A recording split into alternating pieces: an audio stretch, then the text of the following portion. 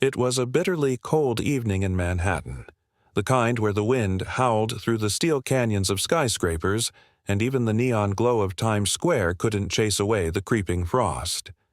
Snowflakes swirled in chaotic patterns, coating the sidewalks and softening the usual city bustle.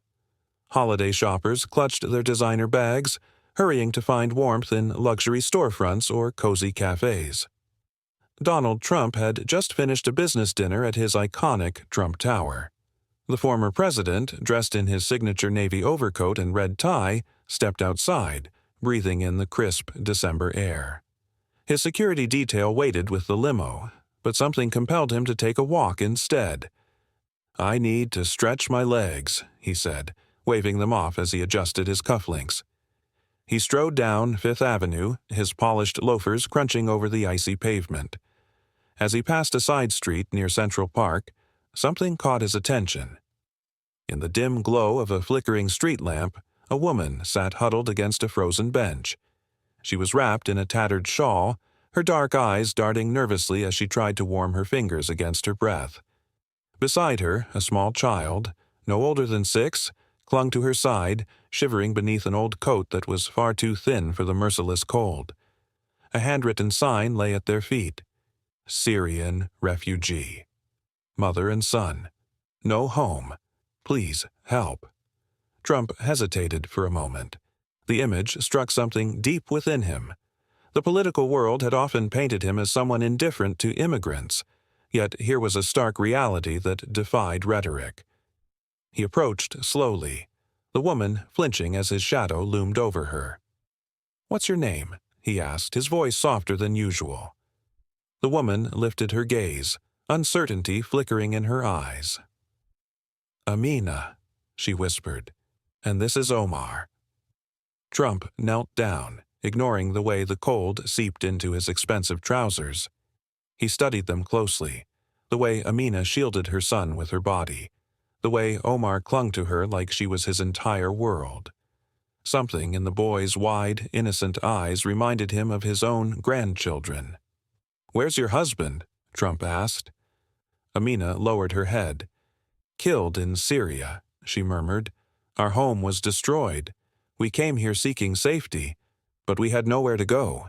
Trump inhaled sharply, glancing around. Pedestrians bustled by, some throwing quick glances at the scene but ultimately choosing to ignore it. He had made a career out of making quick decisions, and this would be no different. "All right," he said, standing up and pulling out his phone. "We're fixing this right now." He dialed one of his top executives. "I need a suite prepared at Trump International, right now. Full accommodations, food, clothing, medical attention. And get my charity team on the line?" Amina's mouth fell open in shock. "Sir, we can't afford." "You're not paying a dime," Trump interrupted. "You need help, and I'm giving it." Minutes later, 2 sleek black SUVs pulled up. Trump personally helped Amina and Omar inside, ensuring they had blankets and warm drinks. As they sped toward the hotel, he made more calls. His foundation would launch a new initiative focused on displaced refugee families, offering them housing, job training, and legal aid. That night, as Amina and Omar slept soundly for the first time in months, Trump stood in the hotel's grand lobby, arms crossed, watching the snowfall beyond the glass doors. He knew this story would spread. People would be shocked. The media would spin it in every direction. But in that moment, none of it mattered. The next morning, cameras flashed as Trump stood beside Amina and Omar, announcing the new initiative. Project New Dawn. "These people deserve a chance," he declared. "No child should freeze on the streets of America. We're going to make sure they don't." The footage went viral. Supporters and critics alike were left speechless. And in the heart of New York City, beneath the towering skyline, a mother and her son found hope where they least expected it. Months later, Amina secured a job thanks to the program. Omar was enrolled in school, thriving with newfound confidence. As for Trump, he kept a photo of that snowy night in his office, A reminder that sometimes the biggest victories weren't in business or politics, but in humanity itself. This, friends, is why we should never walk past those in need.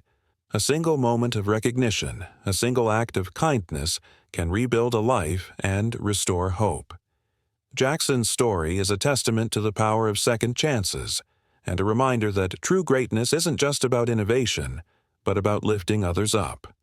If this story moved you, smash that like button, share it far and wide, and hit subscribe, because hope is a revolution worth streaming. Stay tuned for our next tales.